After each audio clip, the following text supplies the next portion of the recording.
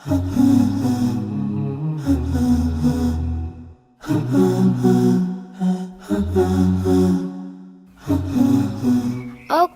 let's begin. We stand up straight and turn our feet towards the Qibla, the Kaaba in Mecca. Remember to make an intention for Salah. Just like before, you can do this by whispering to your heart, I am going to pray Salah. Make sure your eyes are focused on the prayer mat. We raise our hands to our shoulders.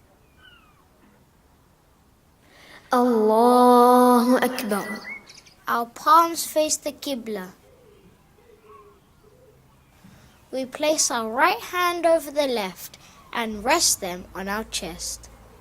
We place 3 fingers on the wrist, the thumb and the small finger wrap around the wrist.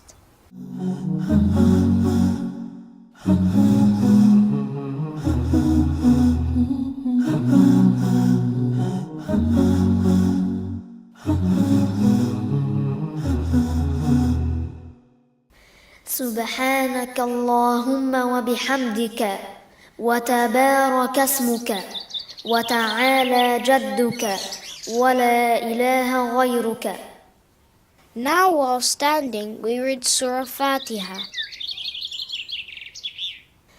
أعوذ بالله من الشيطان الرجيم بسم الله الرحمن الرحيم الحمد لله رب العالمين الرحمن الرحيم مالك يوم الدين